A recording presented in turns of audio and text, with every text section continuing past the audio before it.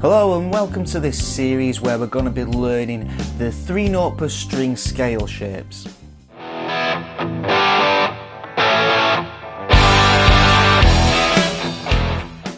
I've broken this series up into 7 short videos.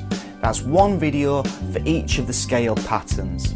Now in the videos I've done everything in the key of G major. So I've stuck to one key so that you can see how the scale shapes correlate to each other, so the patterns will always go next to each other. So once you've learned all these patterns in the key of G major, it's important that you then transpose them to different keys. So you could do that after each video. You could take shape 1 after this video and then learn it in different keys, or you could wait until you've gone through all 7 of the videos and then change them to different keys, but just make sure that after you've learned them that you are transposing them to different tonal centres. If you want the tabs for this lesson series, that's all 7 of the 3-note per string major scale patterns. That's available in the description box below. The tabs also come with the backing track that we're using with this lesson. That's a backing track in the key of G major. I've provided it in 3 different tempos, so there's a 60 BPM version, a 90 BPM version and a 120 BPM version available. So in this first video now we're going to go over the first pattern. So let's go to the guitar neck and let's get started. So we're going to start with the low E string.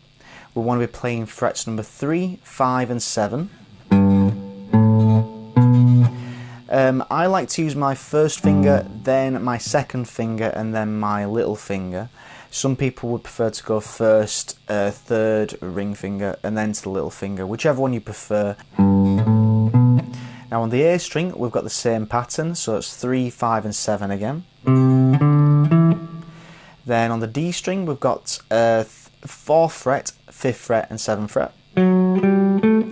Then the same on the G string, so 4, 5, 7. Then on the B string we've got a little bit of a shift over here, so now we've got the 5th fret, the 7th fret and the 8th fret. And then we've got the exact same thing on the high E string, so 5, 7 and 8. And then we'll repeat the pattern coming back up, so that'll be high E string, 8, 7, 5. Then the same on the B string, 8, 7, 5. On the G string we've got 7, 5, 4. Same on the D string, 7, 5, 4. Then back to the A string, 7, 5, 3. And same on the low E string, 7, 5, 3. So all together.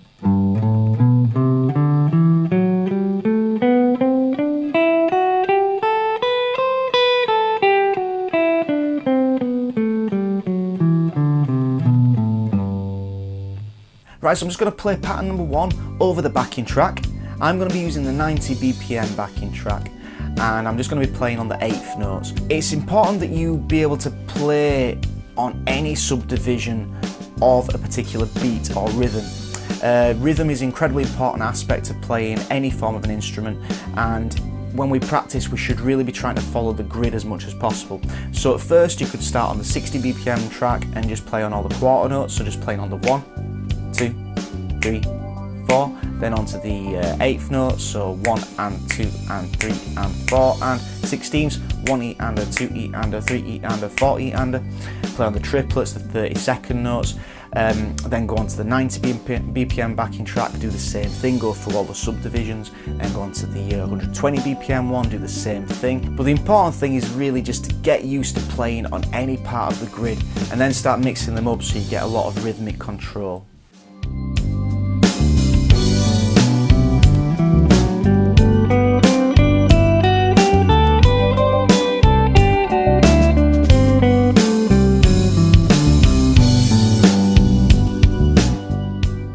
So have fun with pattern number 1. Join us for video number 2 where we're going to go through pattern number 2. Now the backing track we've used in this lesson, I've also made the exact same backing track in all 12 of the major keys. So if you click the link in the description box below, you can have a look at those as well. Thanks very much for watching this first video. Come to the next video where we'll be looking at pattern number 2. Please like the video, subscribe to the channel, visit the website, there's loads of cool guitar stuff there, and we'll see you next time for pattern number 2.